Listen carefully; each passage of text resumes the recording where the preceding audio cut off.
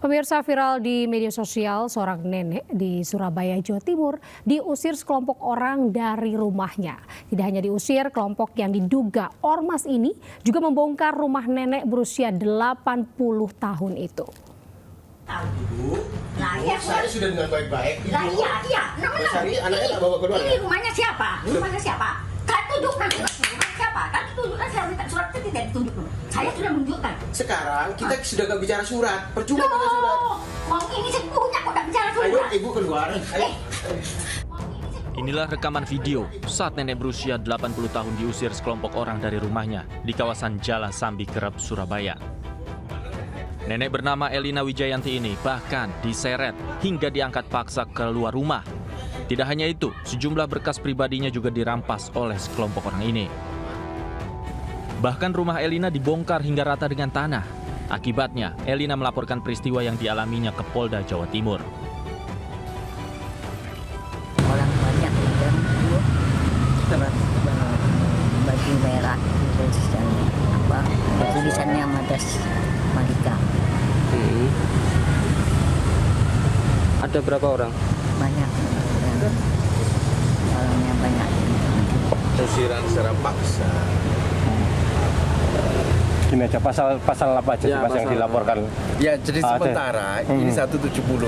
170. Ya, jadi pengeroyokan. Setelah viral di media sosial, Wakil Wali Kota Surabaya Armuji mengecam aksi premanisme dari sekelompok orang itu. Armuji meminta masalah lahan ini untuk diselesaikan melalui jalur hukum. Saya nggak melihat benar dan salah, enggak. Melihat kemanusiaannya itu loh. Itu melihat kemanusiaannya. Semua orang melihat seperti itu. Bener, sampai pendidikan mas juga ngerti.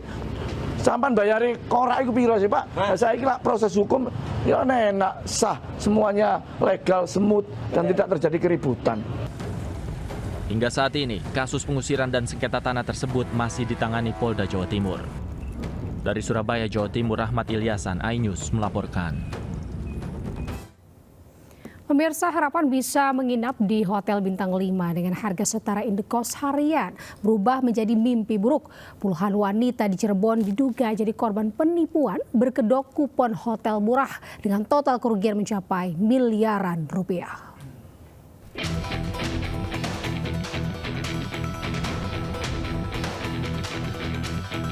Tergiur harga Hotel Bintang 5 dengan harga setara indekos harian, puluhan emak-emak di Cirebon, Jawa Barat diduga jadi korban penipuan berkedok voucher hotel murah. Mereka berbondong-bondong mendatangi Polres Cirebon Kota mempertanyakan perkembangan laporannya terkait dugaan penipuan berkedok penjualan voucher promo menginap di hotel ternama yang diduga fiktif. Bersama kuasa hukumnya, mereka mendesak kepolisian untuk menindaklanjuti kasus yang telah merugikan ratusan korban di wilayah Cirebon dan sekitarnya. Bahkan angka kerugian ditaksir mencapai miliaran rupiah sejak laporan dibuat awal Oktober lalu dan terlapor masih belum juga hadir memenuhi panggilan polisi. Sejumlah korban pun sempat mengkonfirmasi langsung ke pihak hotel dan tak ada satupun pihak hotel yang membenarkan adanya voucher promo tersebut. Yang klien kami laporkan ternyata terlapor masih belum menghadiri undangannya dengan alasan tidak jelas. Kalau misalkan saya itu mulai itu di bulan Juli, terhitung sekitar 40 lah. Tapi untuk bookingan saya sampai Desember itu sekitar 500.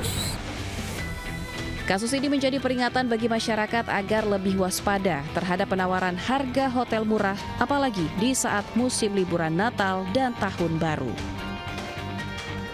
Dari Cirebon, Jawa Barat, Mahardika, iNews melaporkan.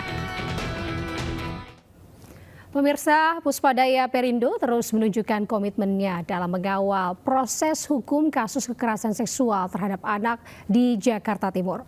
Komitmen tersebut diwujudkan melalui pendampingan langsung terhadap korban dalam sidang pembacaan tuntutan terhadap terdakwa di Pengadilan Negeri Jakarta Timur. Puspadaya Perindo memberikan pendampingan hukum kepada korban kekerasan seksual di Jakarta Timur. Aksi ini ditunjukkan Puspadaya Perindo dalam sidang PN Jaktim dengan agenda tuntutan jaksa penuntut umum terhadap pelaku kekerasan seksual pada anak di bawah umur. Pada sidang putusan yang berlangsung tertutup, JPU menuntut pelaku dihukum 9 tahun penjara serta denda 1 miliar rupiah. terkait dengan persidangan hari ini, yaitu tuntutan jaksa atau penuntut umum, kita sudah mengajukan restitusi kepada majelis hakim dan juga kita sudah menyampaikan ini ke LPSK, yaitu ganti rugi kepada korban atas perbuatan yang dialaminya, yang dilakukan oleh terdakwa. Kami mengajak perempuan, anak, dan disabilitas, terutama perempuan-perempuan hebat, untuk berani menyuarakan apa yang mereka sedang alami. Seperti ada tindak kekerasan seksual ataupun kekerasan lainnya. Kami di Puspadaya tidak akan meninggalkan teman-teman sendiri dan terus berupaya sampai akhir. Kita akan kawal kasusnya sampai akhir. Selain memberikan pendampingan hukum, Puspadaya Perindo juga memberikan bantuan pemulihan psikis bagi korban kekerasan seksual. Dari Jakarta, Muharlin dan Leman, iNews melaporkan. Pemirsa, bantuan kemanusiaan kembali disalurkan MNC Peduli kepada warga terdampak bencana di Sumatera. Kali ini bantuan masyarakat Indonesia melalui MNC Peduli menyasar korban banjir bandang yang terisolir di Tanjung Mutiara, Kabupaten Agam, Sumatera Barat. 70 kepala keluarga di Jorong Subang-Subang Nagari Tikulimo Jorong, Kecamatan Tanjung Mutiara, Kabupaten Agam, Sumatera Barat, mendapatkan bantuan dari MNC Peduli. Bantuan berupa sembako diterima puluhan warga yang terisolir karena jembatan dan akses keluar terputus akibat banjir bandang minggu lalu. MNC Peduli berharap sembako yang disalurkan dapat membantu memenuhi kebutuhan warga pasca bencana. Bantuan dari MNC yang sudah diberikan kepada masyarakat di Jorong Subang-Subang berupa sembako ya untuk kebutuhan pokok untuk ratusan warga di sini. Semoga bantuan ini sangat bermanfaat. Hadirnya bantuan sembako ini mendapat sambutan hangat warga yang mengaku mengalami kesulitan mendapatkan bahan kebutuhan pokok. Transportasi ya cuman jalan, jembatan ini terputus. Itu untuk akses keluar. Berarti bantuan lewat darat susah ya? Bantuan untuk darat susah kan harus pakai perahu. Harus menggunakan perahu. Sangat berterima kasih bantuan dari MCTP Peduli itu sangat membantu beban dari masyarakat Jorong Subang-Subang. Kami sebagai wali Jorong dan perwakilan dari masyarakat Jorong Subang-Subang sangat berterima kasih kepada MCTP Peduli yang telah membantu dan menyalurkan bantuan tersebut. Komitmen membantu warga yang membutuhkan, khususnya korban bencana, akan terus ditunjukkan MNC Peduli melalui berbagai aksi nyata. Dari Agam, Sumatera Barat, Eka Gus Priadi, iNews melaporkan. Pemirsa, warga terdampak banjir dan tanah longsor di Sibolga, Sumatera Utara hingga kini masih bertahan di pengungsian. Di tengah duka akibat bencana, para pengungsi tetap melaksanakan perayaan Natal sebagai bentuk penguatan iman dan harapan.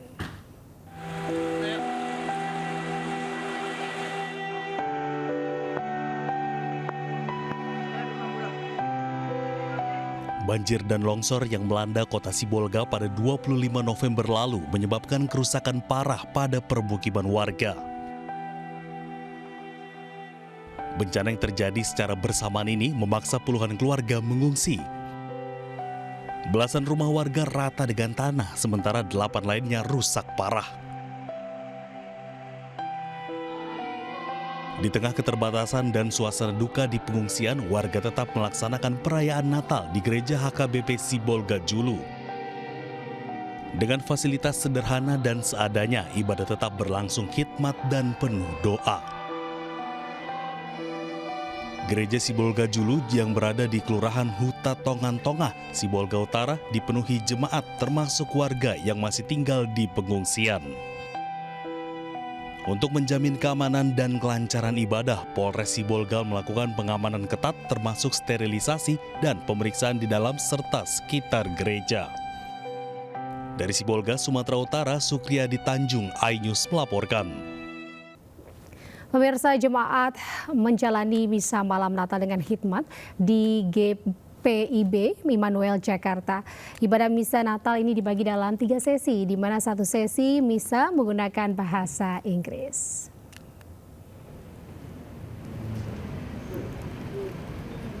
GPIB Immanuel Jakarta menggelar ibadah hari Natal ke dalam 3 sesi pada Kamis kemarin. Ibadah sesi pertama dimulai pukul 9 waktu Indonesia Barat dan dipimpin langsung oleh Pendeta Abraham Ruben Persang. Sementara sesi kedua digelar pada pukul 16.00 waktu Indonesia Barat dan sesi ketiga pada pukul 18.00 yang kembali dipimpin Pendeta Abraham Ruben Persang. Sementara itu pihak kepolisian menyiapkan pos pengamanan Nataru di pintu samping GPIB Immanuel untuk mendukung keamanan serta kenyamanan jemaat selama perayaan Hari Natal berlangsung.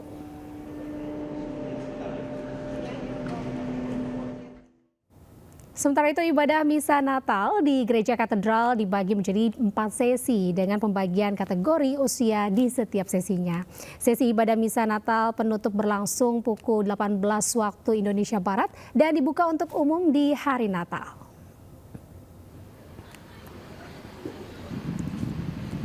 Hari Raya Natal menjadi momen yang umat Kristiani untuk merayakan kelahiran Yesus Kristus melalui peribadatan yang dilaksanakan di gereja dan berlangsung khidmat.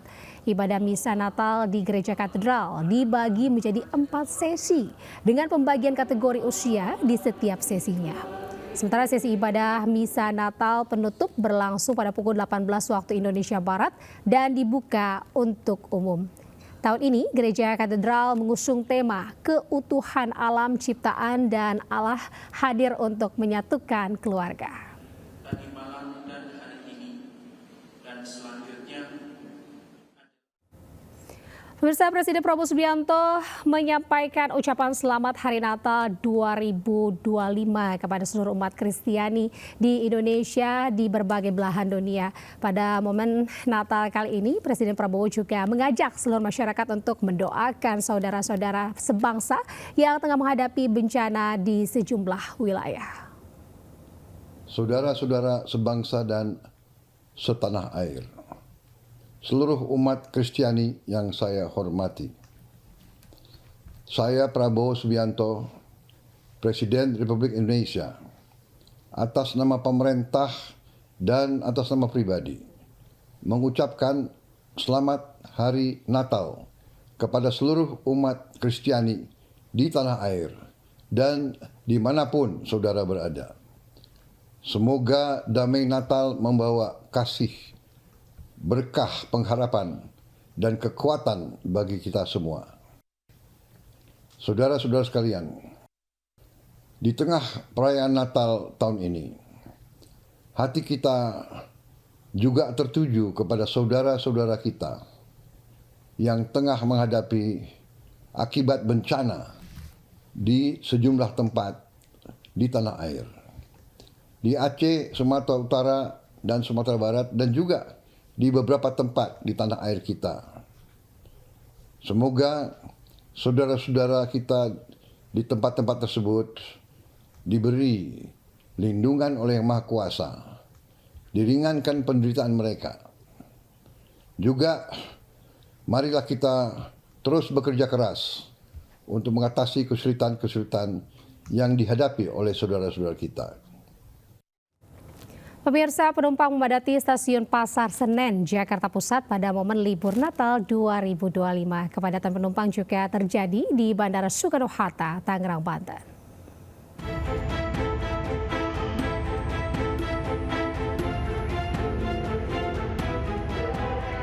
Berdasarkan dari data PT KAI, pergerakan penumpang pada Kamis siang tercatat 50.759 penumpang naik dan 43.049 penumpang turun di seluruh wilayah Daup 1 Jakarta.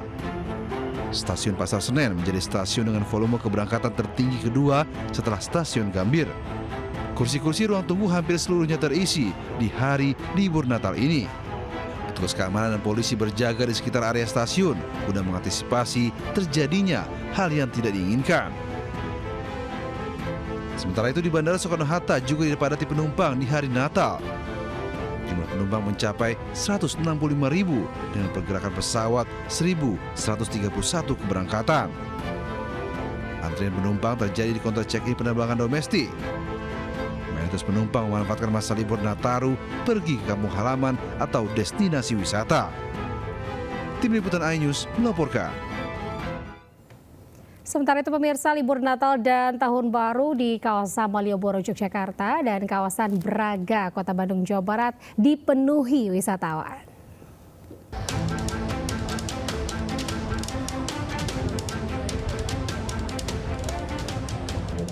Tak hanya kepadatan arus lalu lintas, di libur Natal para wisatawan berkunjung ke Malioboro dan berbelanja aneka oleh-oleh khas Jogja.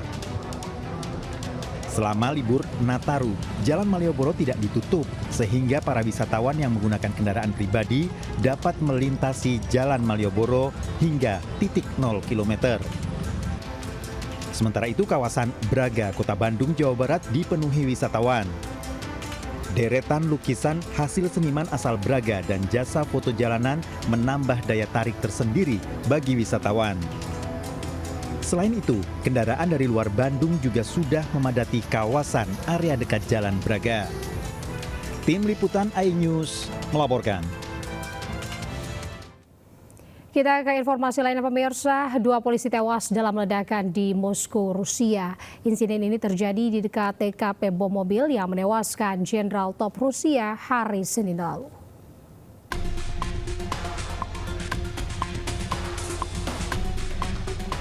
Dua ledakan mematikan mengguncang Moskow, Rusia dalam 1 pekan. Terbaru, 3 orang tewas dalam insiden ledakan yang terjadi pada Selasa malam waktu setempat. Lokasi ledakan tersebut dilaporkan tak jauh dari TKP bom mobil yang menewaskan Jenderal Top Rusia Vanil Sarforov hari Senin lalu. Otoritas Rusia melaporkan 2 orang petugas kepolisian menjadi korban tewas karena ledakan, sementara 1 korban jiwa lainnya diduga merupakan pelaku. Sebelumnya pada Senin 22 Desember 2025, seorang jenderal senior Rusia Letjen Vanil Sarforov tewas dalam ledakan bom mobil. Para penyidik mendalami beberapa kemungkinan terkait ledakan ini, termasuk kemungkinan kejahatan ini didalangi oleh intelijen Ukraina. Diketahui ledakan bom mobil yang menewaskan petinggi militer Rusia bukan yang pertama kalinya terjadi. Meski demikian, otoritas Rusia menyatakan tim penyidik masih mengusut apakah Ukraina terlibat dalam pengeboman tersebut. Paus Leo ke-14 memimpin misa malam Natal di Basilika Santo Petrus Rabu malam waktu setempat. Hal ini menandai Natal pertamanya sejak terpilih menjadi paus.